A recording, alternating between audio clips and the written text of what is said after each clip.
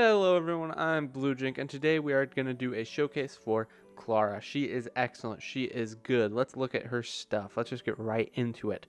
So she is physical and she is of the destruction path. Think of her as a super souped up, actually more premium version of the physical Trailblazer.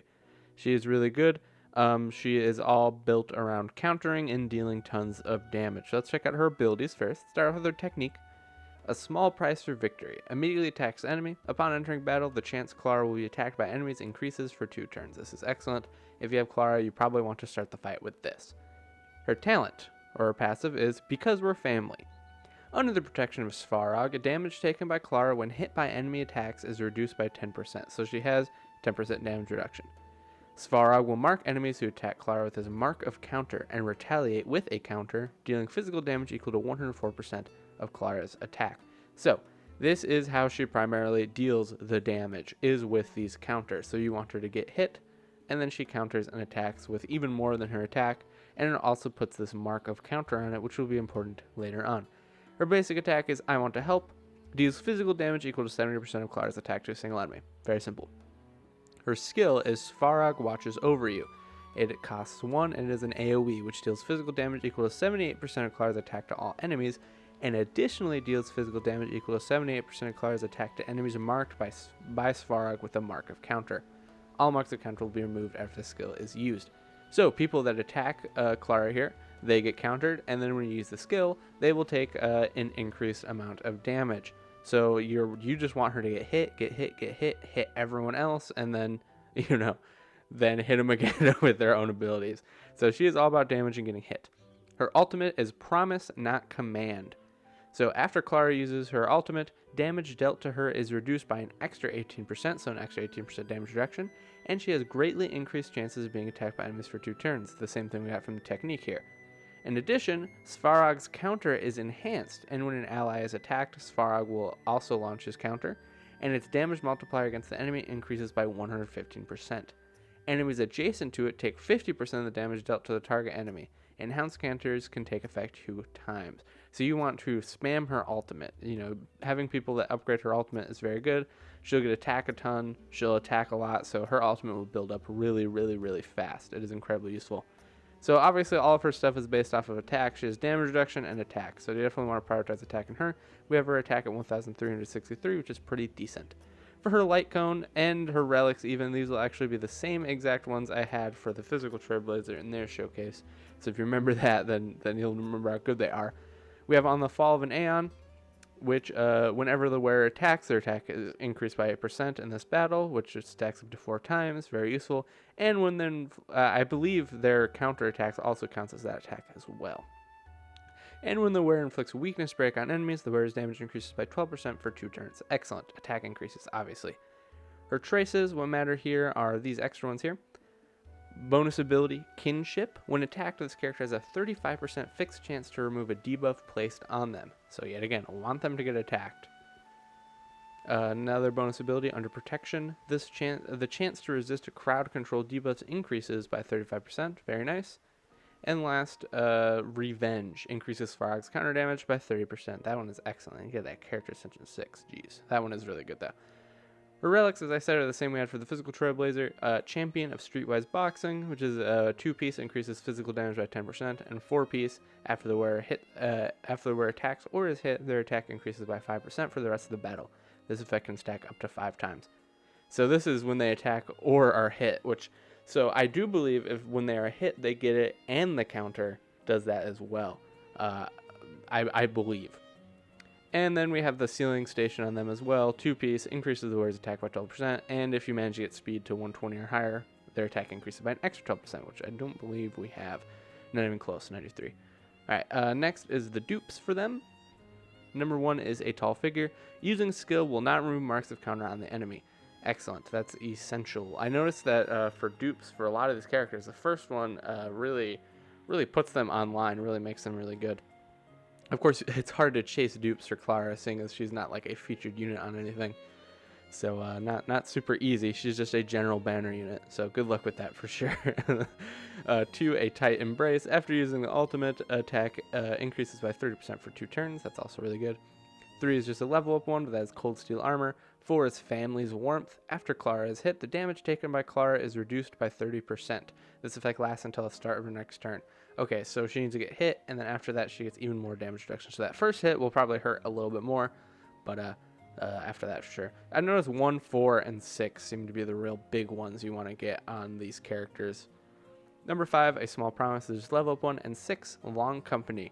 After other allies are hit, Svarak also has a 50% fixed chance to trigger a counter on the attacker and mark them with a mark of counter. When using ultimate, the number of enhanced counters increases by 1.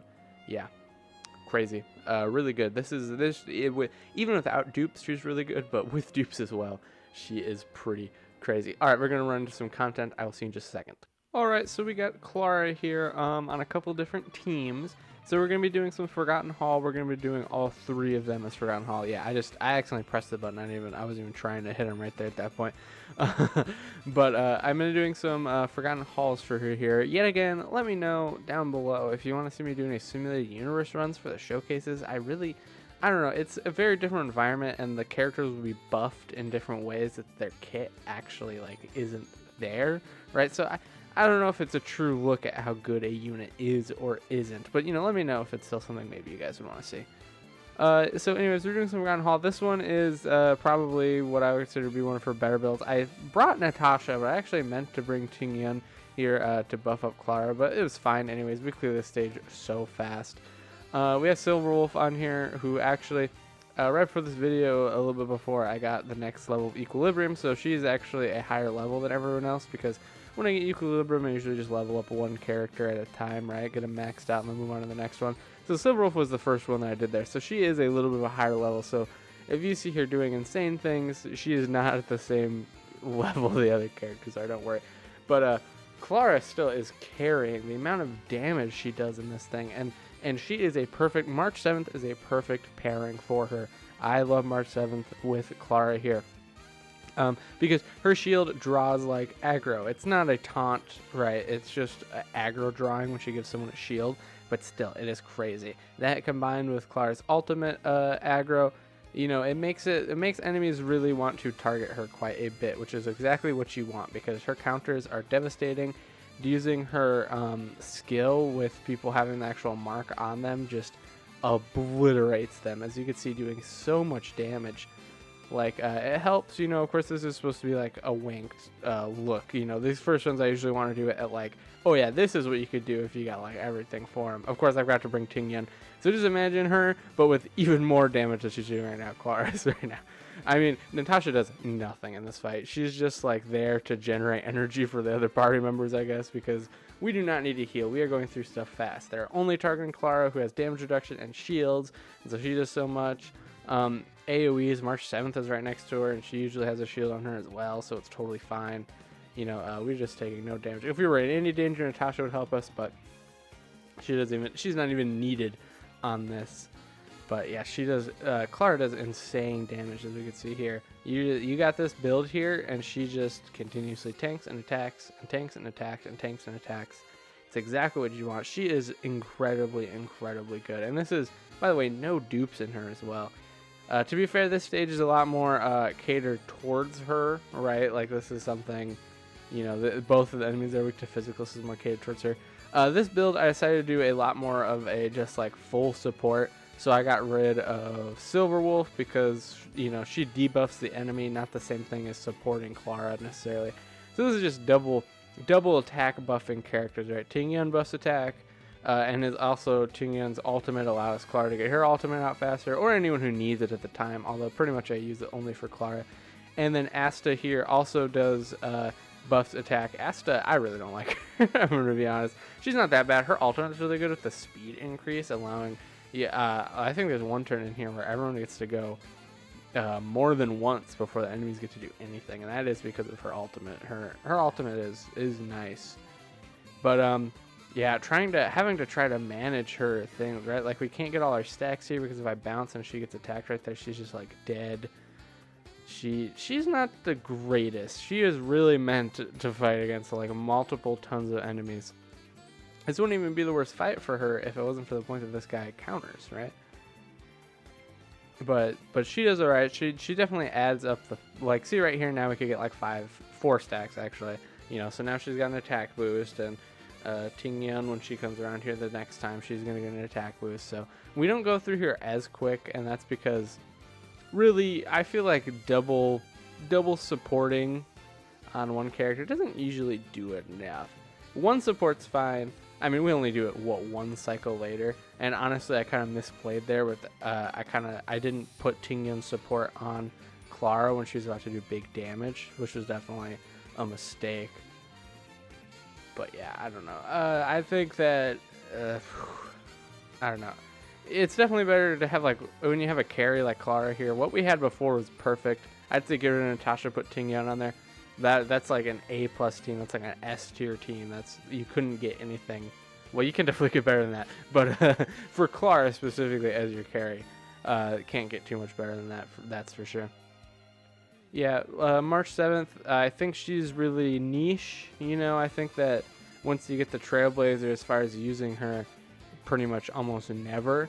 But if you're using CLARA, yeah, abandon Trailblazer, March 7th all the way. You know, having those being able to give someone aggro draw while they also have aggro draw is too good, and giving them a shield when they want to get attacked. I mean, March 7th. If she wasn't the way she was, CLARA wouldn't be as good. That is something to think about. Luckily, March 7th, you get, well, right in the beginning of the game. Who would have guessed? She's great. She's wonderful. This is also all, other than CLARA herself, these are all 4 stars as well. This was something I wanted to do in the showcases, was have one fight, no matter who we're using, just have everyone else's 4 stars as a lot, like a cheaper team, which is what this is supposed to be, right? This is, you know, this isn't super easy content, right? This is, well, you know, technically it's above our level as far as what we're doing here, right? And you know, they'd steamroll this. This is a cheap team. This is what I would consider a budget team. 3 stars budget team, right? This one is just way more attacking, right? This one I did to show more about how well CLARA can actually hold aggro. This was more of a test to see how good is March 7th on actually helping CLARA here, and what do you know, it works out so well. And being able to add on even more damage on top of CLARA is pretty crazy. I would say that this fight doesn't go as fast as you'd think it would, having 3 damage dealers like this. I'm not exactly sure why. I'm curious to look back at this fight here to see, like, why did it take so much longer? Is it really because we didn't have as much support?